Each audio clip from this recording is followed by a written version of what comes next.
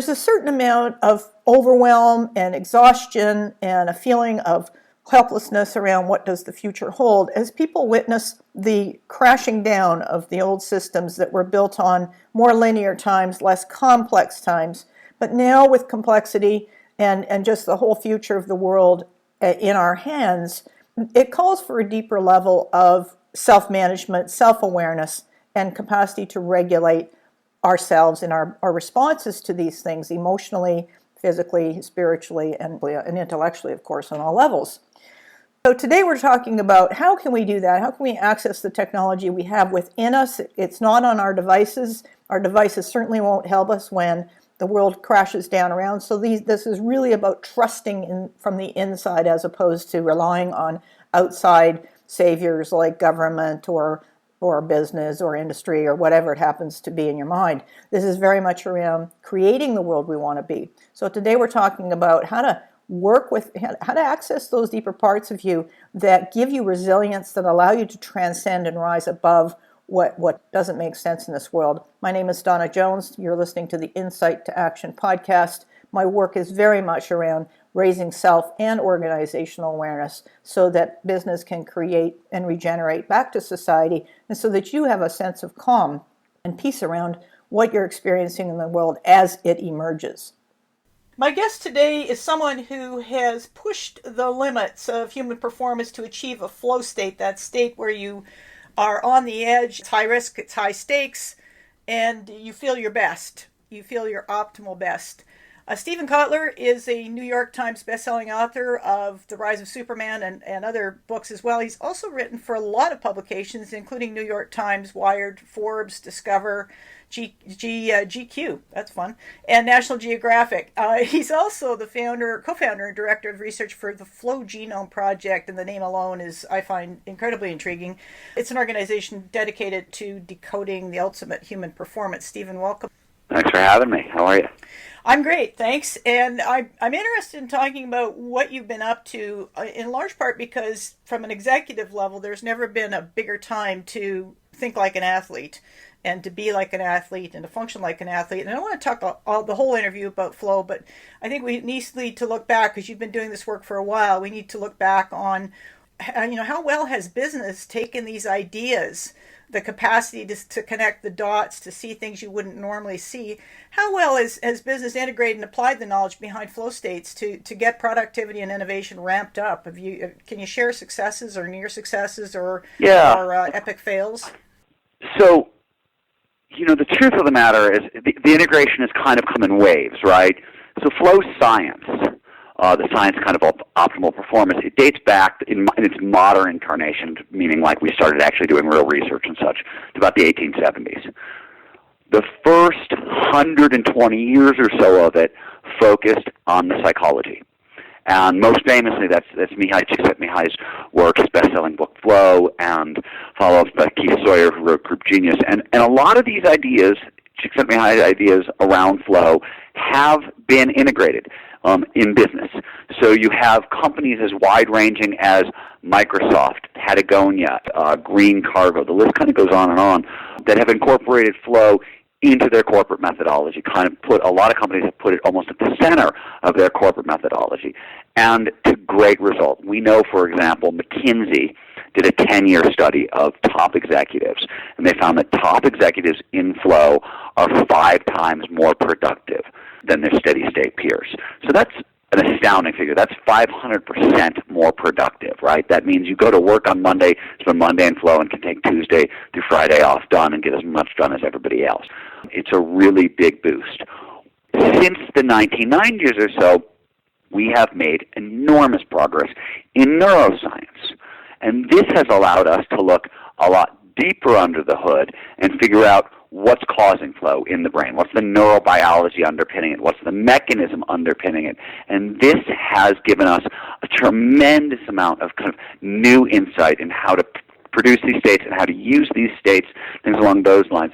These ideas are just now starting to trickle into business, which is not to say there isn't stuff out there. If you look at any major kind of name corporation these days, and I'm thinking of the Googles and the Facebooks of the world, if you look under the hood at kind of their human development practices, I've been saying for a while now that the coolest revolution in Silicon Valley isn't in technology, it's in people management. And a lot of that stuff, whether or not people are conscious of it, is actually about how do they drive employees into flow, right? Because it's optimal performance, and everybody's trying to optimize performance. So flow, it's interesting because people have gotten pretty good at some of these techniques.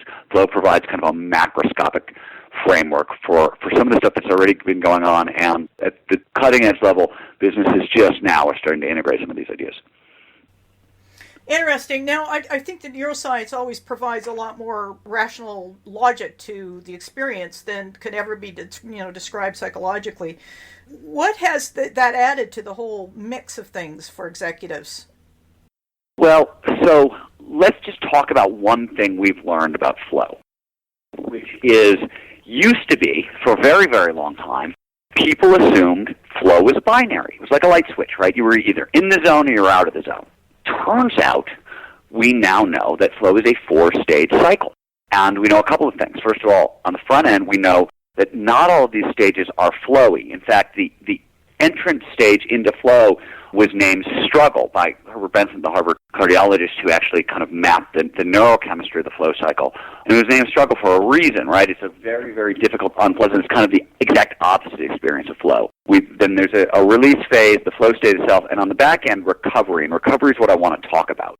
One of the things that we know about flow at this point is it requires a very, very potent neurochemical cocktail. 5 of the most potent neurochemicals the brain can produce show up at flow. And flow is the only time it appears that the brain produces all 5 of these simultaneously. All of these are expensive for the brain to produce, and they require calories and vitamins and minerals and et cetera, et cetera, et cetera, which means that when you come out of the flow state, the 3rd stage in the cycle, into the recovery stage, there's first of all, a very considerable drop in mood. You go from this incredible high of, I feel like Superman, to this very deep, deep, dark low. That low is a signal that you're in the recovery phase and you actually need to take time off. You need to rest. You need to recuperate. Where that doesn't show up in business is everywhere. For example, I talk to a lot of top sales guys, people who work in really high-pressure sales jobs, whether it's real estate or cars or whatever, stocks, bonds, whatever, lots and lots of pressure. And invariably, I hear the same story over and over, which is I had this amazing quarter. I got into flow all the time. I beat my quotas by like 300%. And as soon as it was over, first thing that happened was my boss said, great, that's fantastic. We're going to cut your territory in half and we're going to double your quotas for next period. And there's no recovery period, which means the body cannot begin to reproduce what it needs to get back into flow again, which is exactly what somebody would need to perform at this ridiculously high level that the bar has now been set at. And we don't do that. Oftentimes in business, the reward for getting into flow states and doing a great job of something is immediately more responsibility, less time to do it in. And essentially businesses are creating the very conditions that will lock employees out of flow, which is the very thing they need to meet these advanced expectations. Excellent distinction. I really appreciate that because it ties it directly back to decision making. When when you come out of that stage, if you're self-aware about the factor in recovery, then you can self-manage much more effectively. I'll give you a funny. I'll take it one beat further. So in The Rise of Superman, as you pointed out at the beginning, I focus on today's action and adventure sport athletes, the extreme athletes, and one of the reasons I focus on them is using flow. These people, they become sort of the best practitioners of flow out there for a variety of reasons. They've produced in the past 25 years nearly exponential growth in ultimate human performance. So performance from life or limb is on the line, right? Nothing like this has ever happened before. And sports performance is slow, it's steady, it's governed by the laws of evolution. It doesn't quintuple in a decade, but this is what's happening in every single action sport. Like across the board, we're seeing growth like we've never seen before. Let me give you one quick example so you can wrap your head around what I'm talking about. Surfing is a 1,000-year-old sport. From 400 AD to 1996, the biggest wave anybody had ever surfed was 25 feet. And above that, everybody, scientists, surfers, whatnot, believed it was actually physically impossible to defy the laws of physics impossible. But today, surfers are pushing into waves that are over 100 feet tall. So this is the level of kind of growth I'm talking about and how rapid it is. And one of the fundamental reasons, and it sounds so odd, but all of these sports are exceptionally weather dependent. big storms blow in and everybody goes surfing or everybody goes skiing or snowboarding or whatever, and then they pass. And there's a built-in recovery period afterwards. It's just part of the natural cycle of weather. So they're always sort of honoring their recovery periods. It was just built into what they did, but it made a huge, huge, huge difference. So, and we don't see built-in recovery periods anywhere in business, really. To the best of my knowledge, I can think of very few American, Europeans. They've got different ideas about vacation and time off and things like that. We don't have those ideas here. We work and work and work and work, and it's a problem because it's actually hindering our performance. Well, I think it just ties back to companies that have worked in mindfulness and some meditative, quiet space outside of, because normally the pattern is be busy, be busy, be busy, be busy, don't reflect, don't stand back, don't look at what you're busy at doing. So the recovery phase can take a number of different forms besides vacation. I would think it could also just include that the practice of mindfulness. I don't know if that's relevant or not. Where it's relevant, one of the things all this neuroscience has taught us is that flow states have triggers, right? These are preconditions that lead to more flow. So there are environmental triggers and psychological triggers and creative triggers and social triggers. But the point here is that all of these triggers follow focus. Flow can only take place in the present tense. Totally an experience that happens in the now, right? So all of these flow triggers are basically the ways evolution shaped our brain to pay attention to the present moment. Mindfulness training is a way that we can also train the brain to pay attention to the present moment. So mindfulness training, focus training of any kind, right? And we like what we kind of fall in line at the Flow Genome Project. We like what the Navy SEALs have done with box breathing. It's a very effective, not only is it a mindfulness technique, but it kind of slows down the fight or flight response, which is also a big deal for flow. It calms the nervous system down a little bit, which makes it easier to enter flow. But for sure, mindfulness training is starting to, sweep into business. And one of the results, even though people aren't looking at it right now, is going to be more flow because they're training up focus, and it's fantastic. Explain for our listeners who aren't familiar with box breathing what that means. Box breathing is a really simple breathing technique where you build a box with your breath. So one side of the box is your inhale, and you do it for 3 seconds. Then you hold breath for 3 seconds. That's the next side of the box. Then you exhale for 3 seconds. And with all the air out of your lungs, you then hold for another 3 seconds. And you repeat. And you build up 4 seconds or 5 seconds. One of the goals is 6 seconds aside. Why that is interesting. When you're first of all, when you exhale all your air out, you hold that side of the box, the body has an innate panic response. When you have no air in your lungs, your body wants to panic. So one of the things that you're training by doing that is quelling the panic response, which is to say you're lowering the amount of cortisol, adrenaline, and norepinephrine in the bloodstream.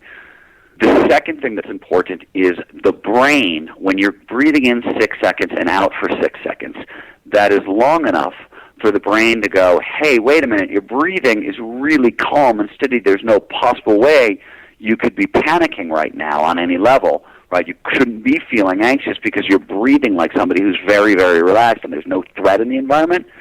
So again, it dampens down the amygdala response, the kind of the panic, fight, or flight response, also with tremendous benefit for flow. I just want to extend a little bit because obviously there's been successes in applying flow to executive performance, but in keeping with flow, the next level up would be now what? What's the next level for business executives and leaders? What I like to talk about, and we could argue about these, but I don't think anybody's going to totally disagree. I would argue that the three most important qualities, and I'll explain why I feel this way, in business today are creativity, motivation, and learning. So let's start with actually motivation. Right now, we know, recent Gallup survey, 71% of American workers are disengaged on the job, meaning 3 out of 4 of us hate what we do with the majority of our time, right? It is a crisis of commerce to say the absolute least. Other people have jobs that produce flow. How do we know this? Because flow, so I'll give it to you. Let me explain the science a little bit, and then we'll kind of come back to what it means. I said earlier that flow cocktails 5 of the most potent neurochemicals the brain can produce. Now, these are all performance-enhancing chemicals on a lot of levels. They jack up mental processing and physical processing, all the rest, but they're also reward chemicals. In fact, they're the 5 most potent reward drugs the brain can produce, which means flow is just about the most addictive state on earth, right? Psychologists don't like the word addictive. It's got negative connotations, so instead they use autotelic. When something is autotelic, it is an end in itself, which means we will do it for the sheer sake of doing it. And we've all seen this at work in business when the coders stay up, 5 days straight on, cold pizza and warm soda to finish the software design. It's flow that's keeping them going. Activity is intrinsically rewarding. In fact, psychologists now believe flow is so intrinsically rewarding that it's referred to as the source code of intrinsic motivation. So flow massively amplifies motivation on the front end, right? Big, important deal. Creativity is what we should talk about next. Creativity, according to pretty much anybody you talk to, is now considered the most important quality in an executive today. IBM, for example, did a global survey. They surveyed 1,500 corporate leaders in something like 60 countries. And across the board, the number one answer of quality is most desirable in a CEO was creativity. Same thing, by the way, if you talk to people about how do we change the education system for tomorrow, we have to train our kids up in creativity. The problem here is we don't really know how to teach people to be more creative. It's a problem. We're not very good at it. There are some techniques out there that aren't bad, but as a general rule, we aren't very good at it. Flow, as it turns out, automatically enhances creativity. And this is a little complicated, but here's what we know. Creativity is thought to be now. We used to think it was, ideas popping out of nowhere. Now we believe it's always recombinatory. It's what happens when we take in more novel information, we combine it better with old ideas. So there's pattern recognition, right? There's information gathering, then there's pattern recognition. And this is how we create new ideas. This is how we innovate. This is the standard process for creativity in the brain. So if you want to amplify creativity, first thing you want to do is gather more novel information. Well, there you're in luck because 2 of the chemicals that show up in flow are norepinephrine and dopamine. These are focusing chemicals. They tighten focus. They make your senses peak. Your senses gather more data per second when these things are kind of pulsing through your body. More importantly, both of these chemicals do something else. They tune signal-to-noise ratios, which is a fancy way of saying they enhance pattern recognition, your ability to link ideas together. Then you have anandamide, which is another chemical that shows up in flow.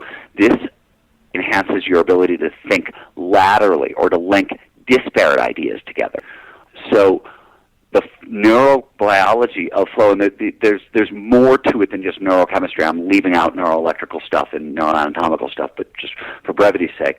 But these chemicals alone surround the creative process, right? They amplify all aspects of it, which is why, for example, in studies we've run out of the Flow Genome Project, people report 500 to 700% amplification of creativity and flow, or they put that in a different terms. This really cool recent Australian study, they took 42 people, they all gave them an impossibly tricky brain teaser to solve, something that requires really creative problem-solving skills. Nobody could solve it. They induced flow artificially, and I can talk about how later if you're curious. They induced flow artificially, and 23 people solved the problem in record time. That's how much it amplifies creativity. Finally, learning. And learning, I always I don't know, are you familiar with the work of Ari Degusse? Yes, of course, yes. Okay, right. So Shell, former head of innovation at Royal Dutch Shell, got curious about sort of the big, long version of Jim Collins' Good to Great study, right? Collins wanted to know what does it take to outperform the S&P 500 for 15 years, right? And what's in the company's DNA. Ari Degusse said, oh, that's interesting, but Shell's been around a lot longer. I want to know about what's in the DNA of the longest-lived companies in history, right? And he studied, I think it was 40 of them, but he drilled down into 27 of them. And some of them have been around for almost 1,000 years. And after kind of crunching the data and looking at these questions for years and years and years, he came to one conclusion. The only sustainable competitive advantage is the ability to learn faster than your competitors. Interestingly, in flow, a shorthand for learning is the more neurochemicals that show up during an experience, the more chance that experience has of moving from short-term holding into long-term storage. One of the other functions of neurochemicals is to tag experience with big neon signs that say, important, save for later. which is why in studies, for example, run by the U.S. military, DARPA studies, with a research team at Advanced Brain Monitoring in Carlsbad, California, they found that snipers in flow learn 230 to 500% faster than normal, right? So Malcolm Gladwell's fabled 10,000 hours to mastery, what the research shows is that flow can cut them in half. So earlier, we talked about a 500% boost in productivity, right? The McKinsey study. When you look under the hood of that, right, when you ask me to drill down a level, what do we see next?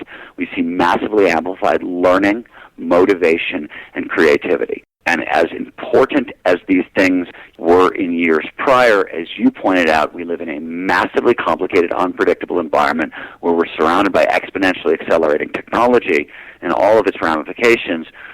You really need flow process at this level, to work at this speed. It's the only way to kind of keep up with the speed of business today. I want to pick up on something you said about creativity, because one of the thought dynamics or the thinking dynamics that companies and executives follow is that creativity equals uncertainty. That whole creative process is messy.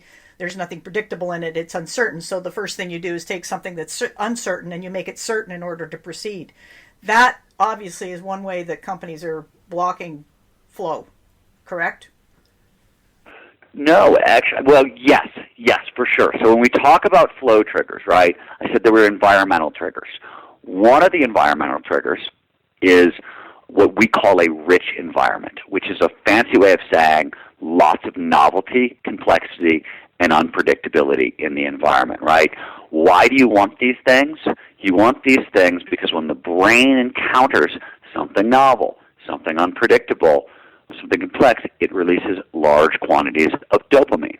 And it triggers flow. And we've all, by the way, had this experience at least a little bit. If you've ever felt awe, right? You stare at the Grand Canyon and you're overwhelmed by the sense of geological time, or you look up at the sky and you're overwhelmed by the amount of, galaxies you're looking at in the stars, et cetera, right? You're overwhelmed by complexity. And we feel awe. What happens? Time seems to slow down. We get sucked into the moment. We get pulled into the front edge of a flow state. So we've all had this experience. And to bring it back, let me just give you two examples. In action and adventure sports, one of the other reasons that you see nearly exponential growth in ultimate human performance, one of the reasons they've gotten so good at hacking flow, is they have their environment, the environment that they perform in, that they work in, is a rich environment. It's packed with novelty, complexity, and unpredictability. No two waves are the same for a surfer. The Alaskan snowpack morphs on a moment-to-moment basis. These are living systems. They change all the time, right? When companies have problems, here, the great example here is Pixar. Steve Jobs wanted to increase the amount of creativity, the amount of flow at Pixar, and he had a problem, which was there wasn't enough complexity, meaning the various teams weren't talking to one another. If you were in marketing or advertising, you weren't talking to the guys in animation. You weren't talking to the cinematographers, et cetera. So what did he do? When he built the new Pixar offices, he famously built a giant atrium in the center of the building, and next to the atrium, he put the cafeteria, the meeting rooms, the mailboxes, and most nefariously, the only restrooms in the building. You had to go to the atrium, bump into other people from other teams, have random conversations, increase the amount of unpredictability, and the result was Pixar, right? Massive Academy Awards for their creativity, which was, augmented, of course, by the flow states that they got into because of this upped amount of complexity and unpredictability. But you're right. The standard strategy of trying to kind of minimize complexity in that way doesn't work. And instead, by the way, where does it work? Who's doing stuff right? One example is Google, right? When they go after a moonshot, right, they want 10x improvement. And one of the reasons they want 10x improvement, and Astor Teller is great talking about this, and he actually talks about this a lot in my book called Bold, which is sort of the follow-up to Abundance, the book I wrote with Peter Diamandis. And we spend a lot of time kind of focusing on how Google innovates. And, one part of it is they go after 10x thinking. You cannot improve something 10 times, right? 1,000% increase in performance with the old methods. You have to throw out all the old assumptions, all the old ideas. You have to begin not by trying to make, the unpredictable and, predictable, but going in the exact opposite direction by massively kind of accepting and embracing the complexity and going from there. Is there a key to this code that business, if you were to turn around and hand it to someone Monday morning or to an executive you're speaking with, is there a key to a code that they could use to guide their company or their company's culture? Well, yeah, okay, so let me back into that question and sort of start someplace else, which is this is not self-help. What I mean by that is twofold. On the front end, self-help is about 5% gains, 10% gains. It's very slow, gradual improvement, right, over time. We are talking about paradigm shifts, 500% more productivity, 700% more creativity, learning amped up by 200 to 500%, et cetera, et cetera, et cetera, right? So the jump is much, much bigger. That said, as a result, two things are true. One, there is no magic pill, and I'll come back to that in half a second. Two, there is a considerable dark side to flow. And we are at the Flow Genome Project, we are very forthcoming, and we talk a lot about this. You are playing with very fundamentally addictive neurochemicals, very basic neuronal processes. There is an upside and there is a downside. It can be dangerous, there are risks involved, and, not for everybody perhaps.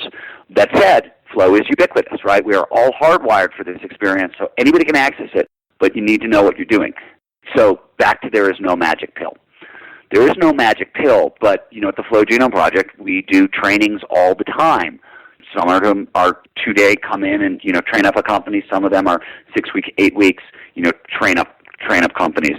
But the information is out there. It's really about understanding, what flow is, how it really works in the body and the brain, right, and getting comfortable with it, that way. And then it's understanding very, very deeply the flow triggers, the flow cycle, and a handful of other things. But you can see massive improvements very, very quickly. And I'll just give you an example. This is not hard and fast data, but in just going over our more recent classes of the Flow Genome Project, people on the back end are reporting, and this is after, these are just our online classes where we do 6 weeks, once a week, 90 minutes with myself and Jamie Wheel, the other principal, and a lot of homework. People are seeing confidence jumping 500%. They're seeing their access to flow jumping roughly 500% as well, and they're seeing creativity jumping about 500% afterwards.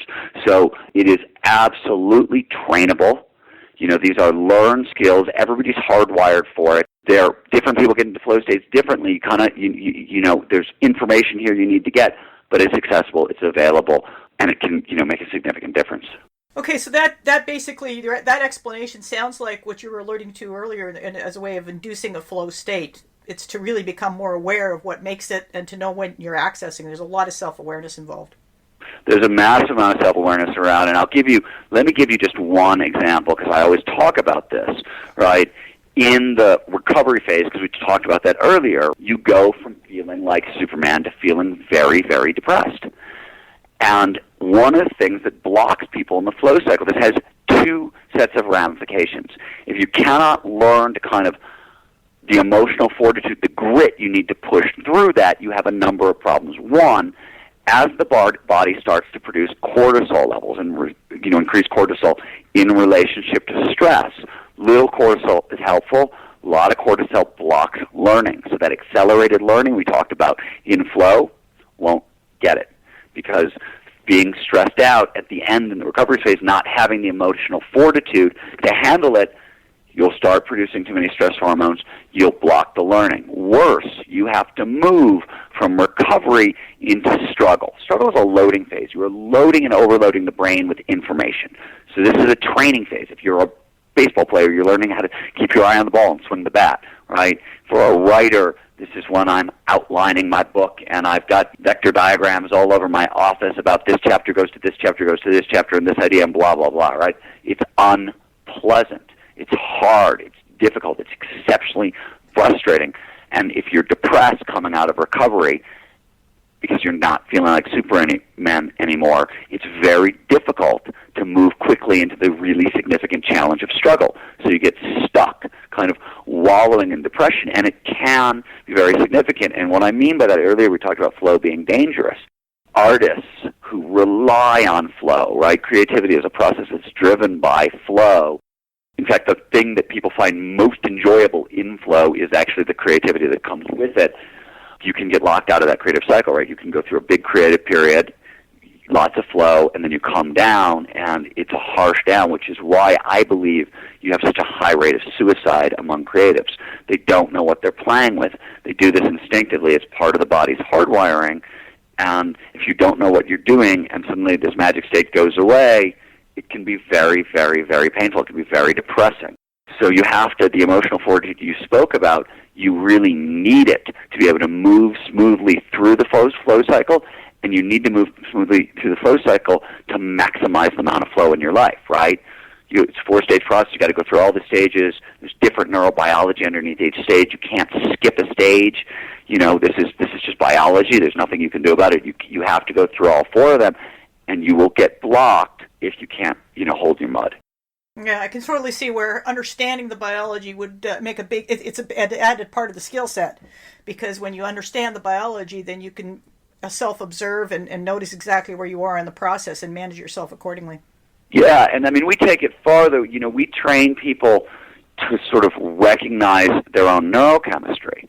We talk about these neurochemicals, norepinephrine, dopamine, serotonin, blah, blah, blah, and they're just words to most people. They kind of point at the moon, but they don't. You can figure out, you can start to detect what's going on in your body at really deep levels, and it's not very hard to do. I mean, it's really just a little bit more knowledge and a little bit more awareness, but it gives you such powerful tools for kind of hacking ultimate human performance.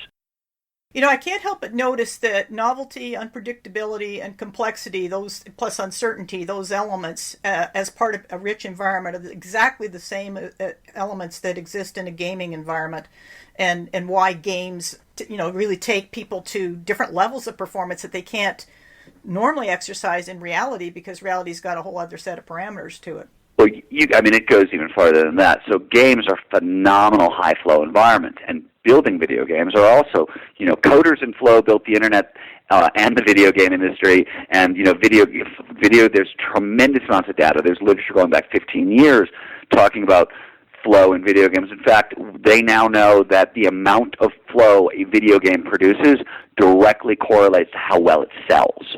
So they can use flow as an indicator of market performance. You can also, by the way, flow in internet design and website design is a way of websites that can produce flow. They have high degree of stickiness and slipperiness. Stickiness is, this catches my attention. It holds me. Slipperiness is your ability to kind of follow information from one experience to the other and move in and out of the online to the real world and back and forth. Fundamental components of internet design, and they're all triggered by flow states. Where can people go for more information? StephenKotler.com is me, StephenKotler.com. If you want more general flow information, you can go to StephenKotler.com, or you can go to the Flow Genome Project.co. And if you go to the FGP.co, one of the things you'll find there, which is a great place to start and it's free, is a flow diagnostic. As I mentioned earlier, different people get into flow states radically different ways. And I mean radically different ways. Altruism is a flow state trigger. It brings on a flow state we know as helper's high. Creativity, flow state trigger. High-risk experience. It goes on and on across the boards. And people like getting in different ways, right? Of these 12 flow triggers, some people prefer different ones.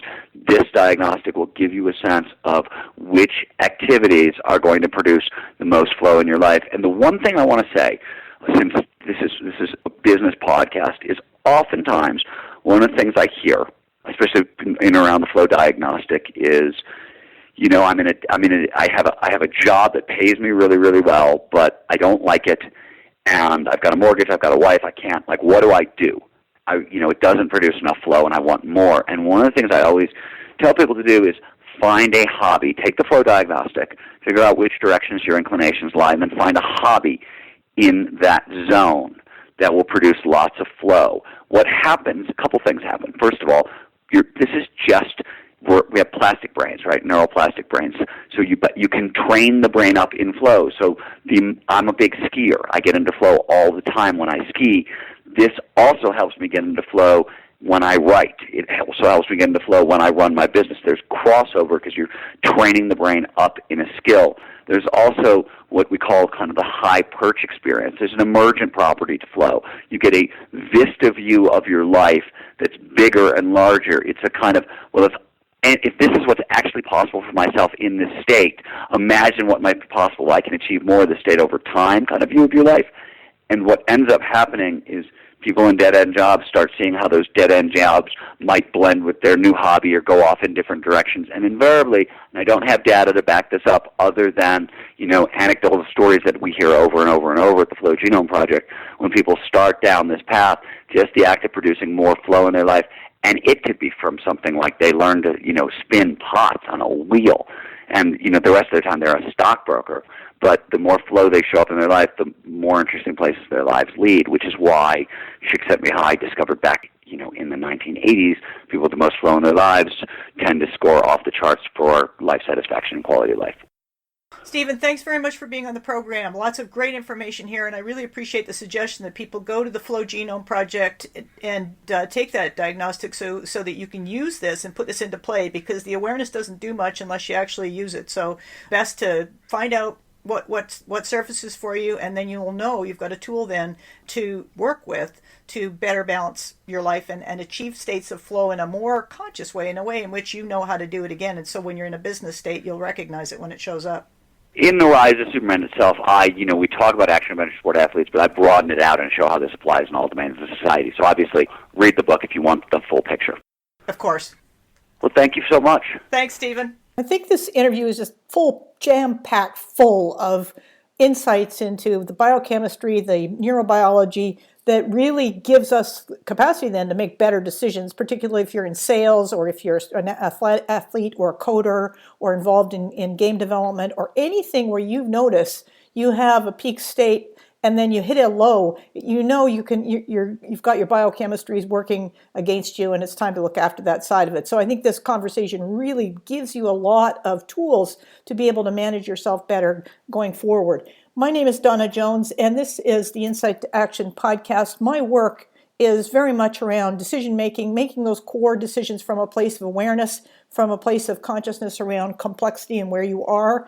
My website's insighttoaction.com.